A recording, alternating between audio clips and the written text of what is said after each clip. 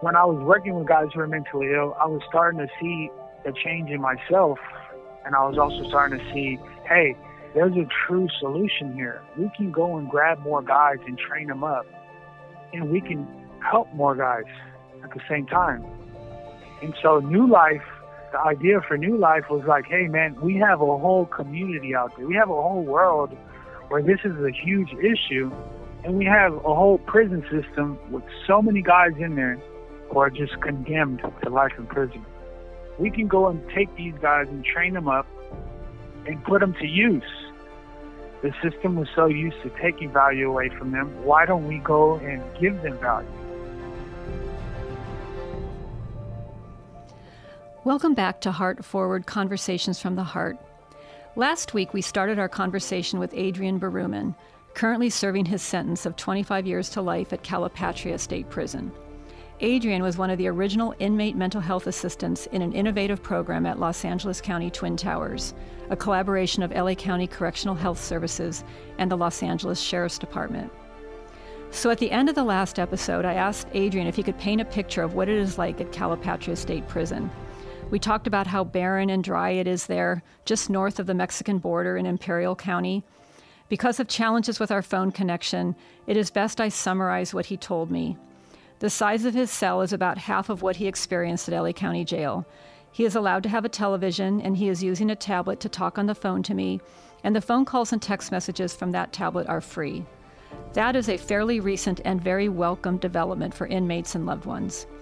He is able to listen to music on his CD player and keep some food in his cell and access art supplies. In the conversation that follows, we will hear about some educational and training opportunities available to him, as well as discuss his life goals and the vision he has for a better way to provide post-incarceration support for people with mental illness leaving custody.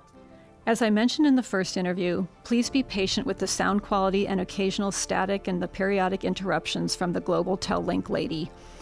As we start this conversation, I'll have Adrian walk us through some of the realities of the California State Prison system, defining terms that are germane to prison life but may be foreign to the rest of us. I feel like there are some terms that you use that it's important for people like me and the general public to better understand. If there's ever going to be a chance at the public embracing prison reform, I think we need to open our eyes as to what it is like to be incarcerated in the California State Prison system. And you've been able to shed a little bit of light about your experience over the last year. But I wanted to ask you if you could give me some definitions. What is the main line? How do you define the main line? So the main line is the general population. It's when you come to prison, according to like the paperwork, as long as you don't have no restrictions or there's no security risk or you don't have any concerns as far as your own safety, they place you on the main line, which is the general population. It's distinct from a S&Y yard, which is a special needs yard, also known as PC, protective custody. Let's continue that discussion. The protected custody, or what you call SNY, special needs yard. What is different about a special needs yard as compared to yards that are attached to the main line? So the clear difference is that there's no designation. So over on the main line, the general population, you come in and there's like unwritten rules amongst the population. You know, it's a community. It's like if you go to another town and they hold a culture, and based off their culture, they have rules. And you would never just go to Hawaii and think you're going to implement your own language and your own set of beliefs. You normally abide by the culture and you shift a lot of your beliefs to fall into line with it. Now, if you happen to go against the grain in that area, you might have some opposition. You might have some backlash. I mean, you might have some culture that receives you, right, and understands. Maybe they might not take on your beliefs or the way you do certain things. They might just look at you and laugh at you. But a lot of times people who are like have a strong culture and you try to go against it, which in prison they call it going against the grain, usually there's going to be a lot of backlash. There's going to be discipline. And like I said, a lot of times there's removal. So based off the set of beliefs that the culture holds within prison, that's what's going on the main line. Now, on an SNY yard, there's not so much of those designations. There's not so much of the culture. It's kind of like I'm trying to think of a good example. Kind of like LA. LA is very diverse. You go to LA, you have all types of different cultures. You have different languages. You have different beliefs. It's very accepting, right? If you have something new, they're gonna embrace you. Whereas if you go to Utah, you know, if you go to Utah and you go and you try to take something new over there, they might be a little more opposing to it. Or like Texas, you go to Texas, and not to say there's anything wrong with these places, they just have a strong culture. They have a strong belief system. The fact that you're in a special needs yard after having been in prison for just over a year, is that something you requested, or does the administration in the prison system ever recommend it because they see that somebody needs to be protected, or does the inmate themselves have to be the one to initiate that? How exactly does that work? So that's a very good question, because there's a variety, right? So you do. Sometimes you have administration. They'll encourage it. They might throw it out there saying you might need this.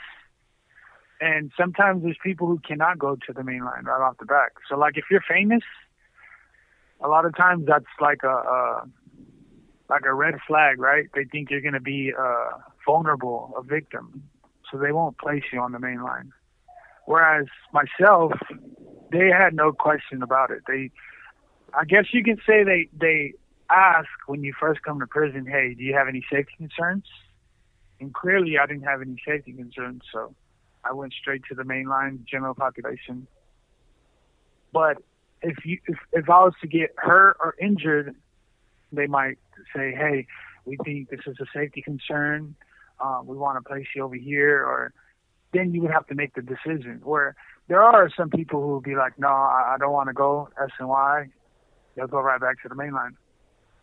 And then you have like myself, I requested it. I wasn't, I didn't get hurt or I just felt like I could no longer program over there, so I requested to leave. And of course, it does become a safety concern. So that is the reason why they gave me.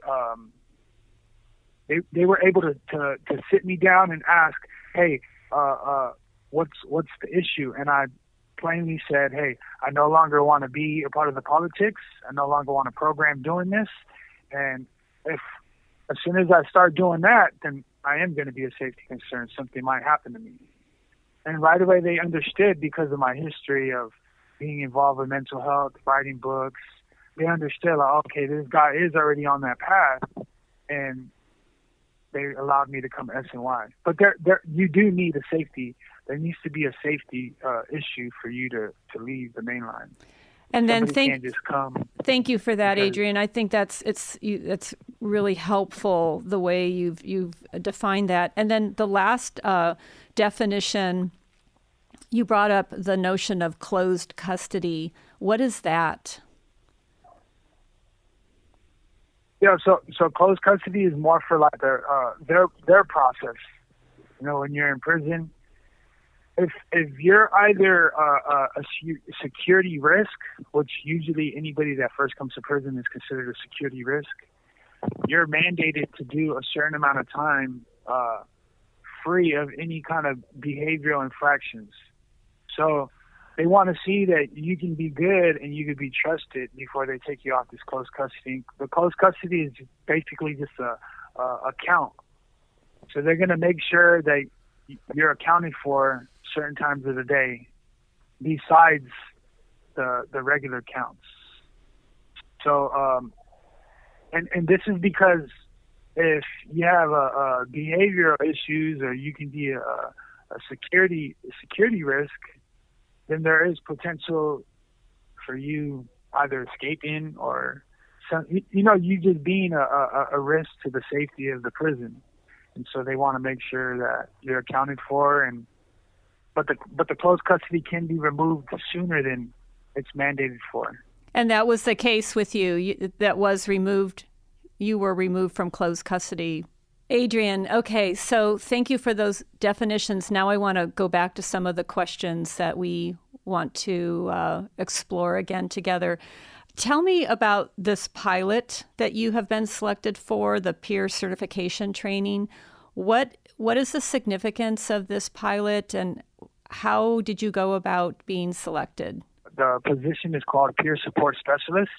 They are a lot like the mental health assistant, except for this is like a professional position.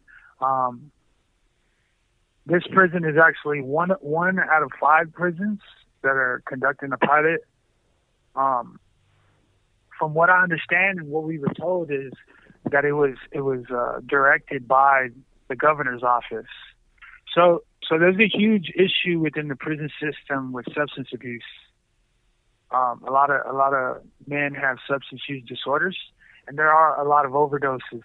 And so the peer support specialist is it's a paraprofessional position which was created with the idea that, hey, somebody who has been through something similar than the person that needs the recovery can help them more. So kind of similar like how the mental health assistants, we were living with men who were incarcerated with mental illness. We were able to help them more and understand more because we were their peers. We lived with them.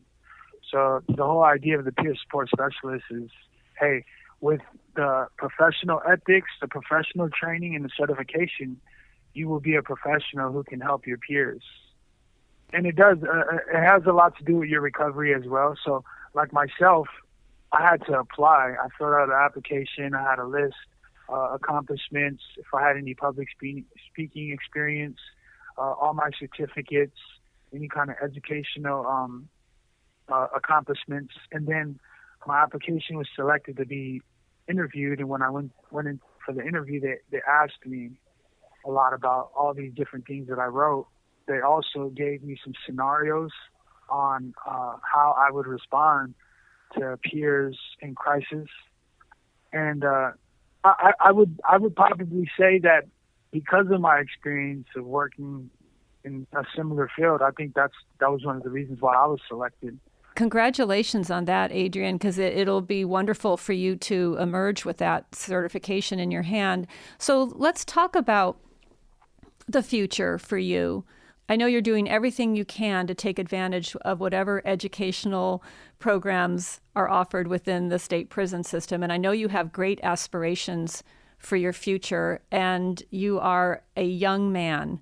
So tell me, paint a picture of where you see your life going. You know, there is like the common idea, the common notion is, hey, you're in prison, you can't really do so much. But I think that's exactly where it starts. It starts like with our own recovery, taking accountability, gaining the insight that we need as far as like understanding our traumas and how they played a role in our choices and how we did victimize and how we were involved in destructive behaviors and how we hurt people.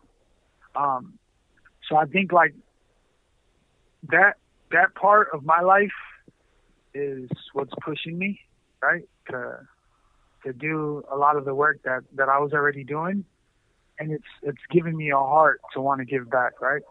I think one of my biggest aspirations, my life aspirations, is developing the pipeline from prison to the streets. And I know you were involved with us when we were in the county when we developed the New Life Creating Community model. So that's like the foundation of my aspiration. Like I have like these miniature models that I've been developing as far as like to that. But I think ultimately we are trying to create this new life, this environment that is creating community, because I think that there's a lot of differences, but when we realize all these differences, it brings us that much more closer. It shows how similar we are because we're all struggling in the same manners. Tell us more about what that is. What motivated the creation of that vision, and what does that place look like that does not exist right now anywhere for people leaving the prison system, or prison or jail, particularly those with mental illness? The idea really derived from working with guys who are mentally ill, who had mental illness, have been diagnosed with severe mental illness. But there was like this concept of using the violent offender. So, of course, the number one was to care for our peers and advocate for them and create solutions for them. But we were also creating a pathway for ourselves as well, because there's a lot of men who we believed had potential, who didn't have access to opportunities. And then we also had this idea that in the whole pre-trial phase was the best time to get to somebody and start encouraging the recovery. It's very difficult to take accountability or even want to take accountability when you're going through the whole pre-trial phase, because in the system, you're always either guilty or you're not guilty. There's no in between of, hey, look, I made these choices and I now realize that I had a hurtful impact and I really destroyed some things, or I happened to kill this person, and want to take accountability for it.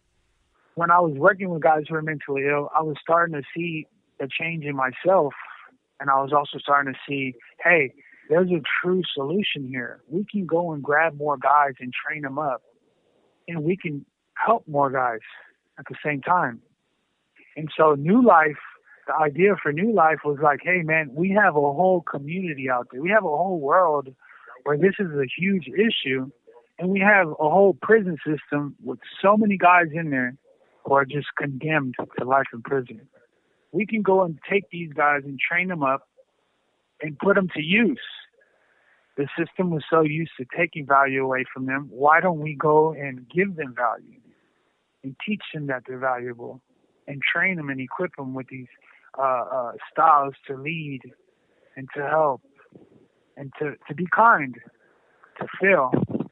And so as we were going through this, working with guys who are mentally ill, right, and growing within ourselves, I just happened to see, like, man, this is the solution right here. And it was like we were sitting on gold. So I have always been the one who's more in the creative, with all these lofty goals, these ideas that are just way out, far-fetched. And I would go and I'd take these ideas to Cragen, and Cragen would be like, hey, man, this sounds good. We just got to clean it up. And he would be more of the structural, would help me formalize the idea. And so with this idea, we came and we started molding and sculpting it. And we believe that we found a solution for guys who are mentally ill, getting the care that they need, having the advocates that they truly need to get the things that they need, the care, the treatment. And then we also believe that we had a solution for mass incarceration. Instead of going and just throwing people in prisons and condemning them to these environments that were toxic, and if anything, just creating more of the beast, we were like, man, we could create purposeful lives. And so New Life was created. And so we also realized that at the root of all this there was a drug epidemic. So we had men who were battling drug use disorders. A lot of these dudes who were mentally ill loved meth. Some of the guys, they would use heroin, and that would become a revolving door for them coming in and out of jails. A lot of these dudes held on to stigmas where they didn't want to they didn't want to take medication for their health. They didn't want to take psych medications to help them function.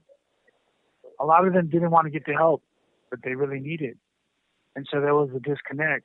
And so we believe that, hey, we can create an environment and we can scale it up and grow it and apply a lot of these people who are incarcerated and help our communities become the solution. As I'm understanding the picture, it's a little bit like a win-win scenario, both for the violent offenders who would be assigned to live in this, let's just call it a community. Let's just say it was a pilot with maybe, I don't know, 50 guys living there, 50 people who had left LA County Jail. That is how I've envisioned it. Left the FIP step down, left Twin Towers, people with mental illness. And then there would be a core group of again, some mental health assistants who are facing prison terms. Maybe they'd be on an ankle bracelet. There'd be some type of monitoring, but they would be living with these released inmates who right now, I've observed, because I do spend time in the jail talking to these guys, they keep coming back because they end up being released to a program or to some type of housing arrangement, which doesn't have the structure, nor does it have the peer encouragement to continue to take the meds, to continue to do the things that you were always teaching people to do, like nutrition, etc. So it is a crazy idea, but it's an idea with great potential. Paint a visual picture of what this campus looks like, who lives there, what happens there. So you think of these college campuses that are, they're real nice and they're formal, they're real professional, right? But our campus is more welcoming. It's big, it's rural in a sense that there's a lot of garden, a lot of brightness, but you also have like a natural, like a artistic style to it too. There's a lot of art. There's a lot of made things, right? Like the village. I like how you use the idea of a village. Things are created by the people who are living there. We developed it ourselves. Now, of course, it has to be safe, so everything is going to be professionally developed. But it's not something done by, hey, we're going to go and outsource to these guys in suits to develop our campus. Nah, everything is built from within. And I think anybody who's listening who has experienced the FIP step down in Twin Towers on the 4th floor, that's exactly the vibe we want to give. Now, not indoor. And I think me and Craig, we had a lot of differences as far as like design, but I think the general concept that we can agree to is that everything was developed by the people who were living there.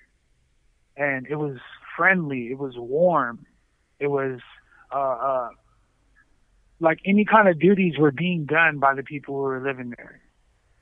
People who are diagnosed with severe mental illness, you're not going to see them, hey, sitting back and being tended to. No, they're going to be fully involved in the community. And they're not going to be held to a lower standard or a higher standard. Hey, you're part of the community. We understand that you have different kind of battles, but you're going to be applied to the community.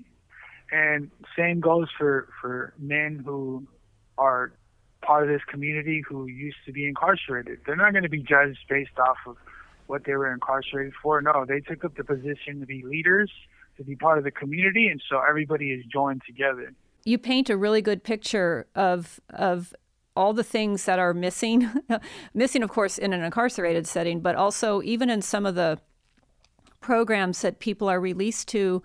I'll talk to them and say, well, what did you do? Why did you walk away? They went AWOL. And they'll tell me there was nothing to do. There was nothing to do. They're not even allowed to help make lunch, because California state licensing law will not allow people who live in adult residential facilities to help with chores. So when you take purpose away from people, you take away any chance to, experience meaning. I like to say that what you guys have naturally embraced, not only in the FIP step down, but also with this vision, is what I like to call radical hospitality, which is it's what I observed in Italy. The Italian word is accoglienza, and it is it's a natural posture that we when we come alongside people, I like to define it as we see you and we hear you. You are safe here and your voice matters, which means you have choices. And you guys naturally... This call and your telephone number will be monitored and recorded. You naturally exhibited radical hospitality in your work in the jail. How do you think you came about that so naturally?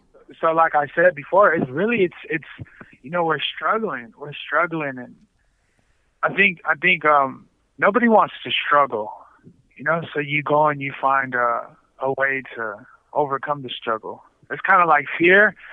Usually we fear and we respond to minimize any of the harm. And I think it's the same way with struggle. We're struggling and we just want to make life better despite the struggle.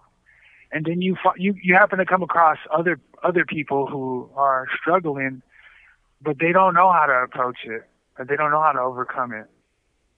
And so you decide to help them out. I know for myself, growing up, I experienced a lot of poverty, and I've experienced a lot of selfishness.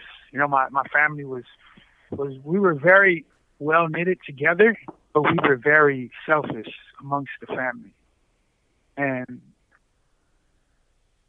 I think that little disconnect right there, right, had played a huge role in my life growing up. And I think being incarcerated amongst people, I kind of learned, from a lot of good men in my life, are like, man, we're struggling together. We should assist each other. We should be willing to help each other. And so I think that little bit of selflessness that was instilled in me just kind of carried on into to realize and to see men who are diagnosed with severe mental illness, not saying that they're excused from their choices, but seeing that it's more difficult for them to make productive choices, and seeing that they're being condemned for things that are based off of having a mental illness, similar to me, for making choices that were hurtful, harmful, destructive. It didn't make sense to me. And so I felt a heart where I needed to help these men. Like, I needed to advocate for them. I needed to assist them. And then when I got to know them, I really felt even more compelled, because I'm like, man, these men are, it's almost like a form of pureness. I don't even know if you can understand that. But a lot of these men were pure. They were so pure. But their choices daily were, they could be negative. They could be based off their emotions. They could be based off delusions or hallucinations. Adrian, because I can understand that. I would say, observing you in the FIP Step Down, you just exuded patience and kindness, and just a coming alongside people and just listening to them. It was just huge, because I think for some of them, nobody had ever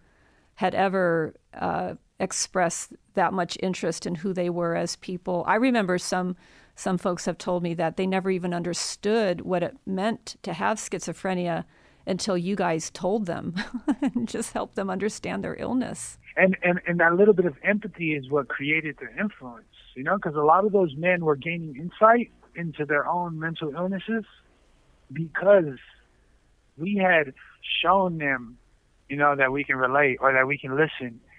And they learned from that. We became the example, and they were willing to listen to us when we had to speak. And so it kind of just worked itself out. You would see working with doctors trying to gain insight, and some of these doctors would be so frustrated, like, yeah, he's never going to get it, or yeah, these guys, the rates of them never knowing that they have a mental illness is this.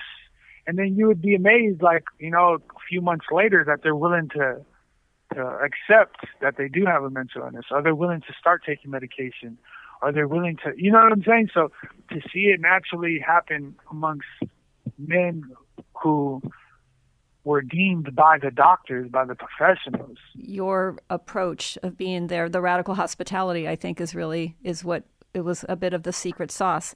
So let's turn. This call and your telephone number will be monitored and recorded. Let's turn again and Gary, that's the foundation. That's truly the foundation. I don't mean to cut you off. That's truly the foundation of New Life. It's the radical hospitality. It's, hey, we got men who are condemned to prison.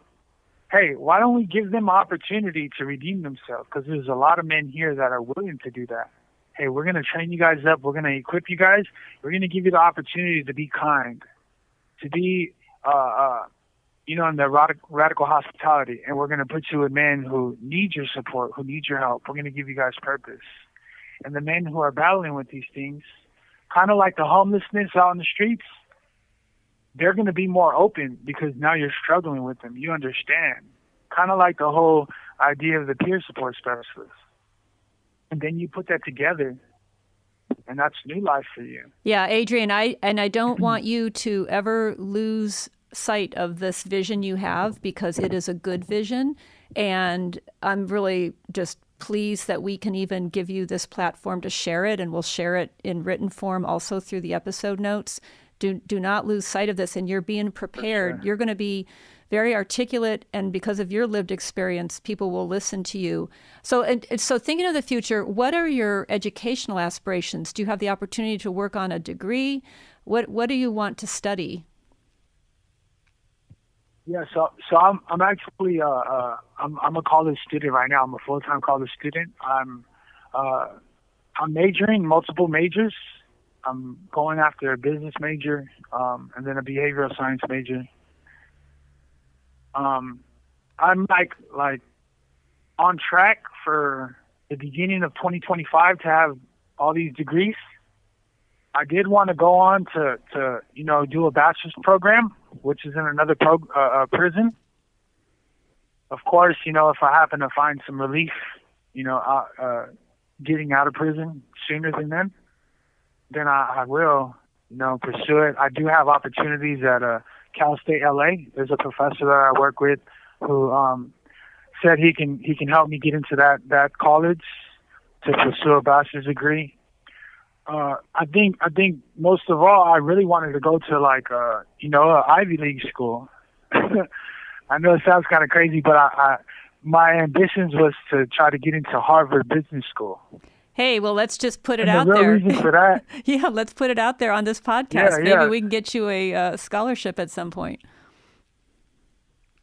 For sure, yeah. The real reason behind that was to of course, gain the education, but also connect with people who are not from similar backgrounds than myself.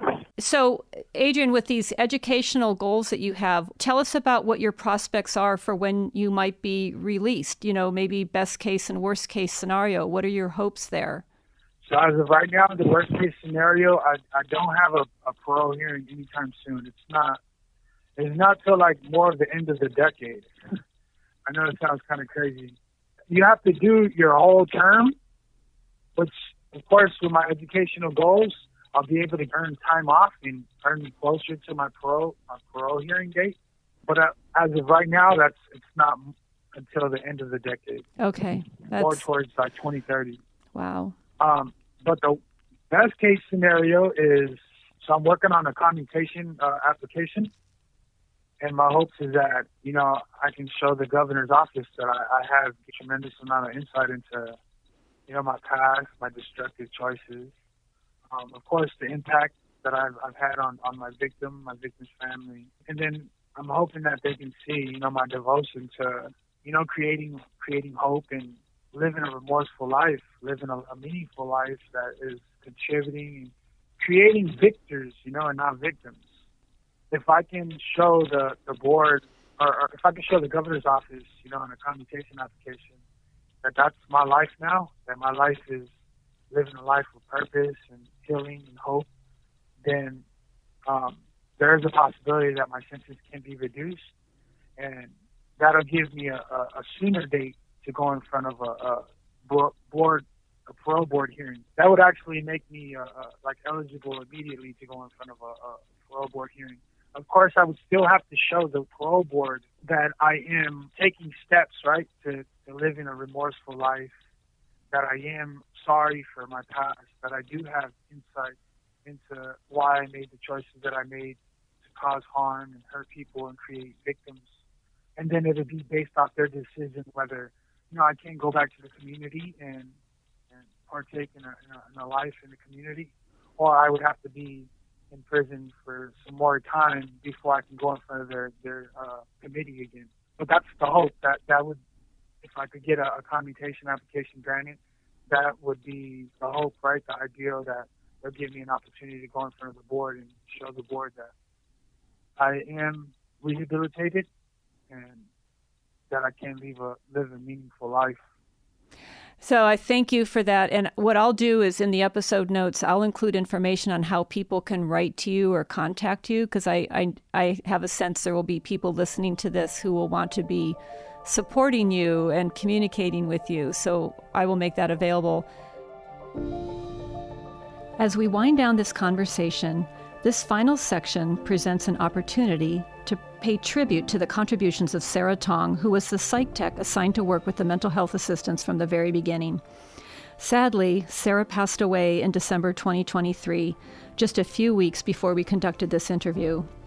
When I shared this news with Adrian in our first set of calls, it caught him by complete surprise, and he was struggling to come up with the words to describe how he felt and how much of a mentor she was to him. We resumed our conversation a week later, which gave him some time to prepare. I hope Sarah's family will find some comfort in hearing about the impact she had not only on Adrian directly, but indirectly on hundreds and hundreds of inmates who were treated with kindness and compassion as a result of her advocacy for this innovation. Sarah was truly awesome. I think she was like a perfect definition of the radical hospitality that your organization stands for. Sarah was my mentor. It was very shocking to hear that news. And it really did. It really did. It was difficult. It was difficult to hear that. I think most of all, I just started to find ways to grieve in like a more positive way.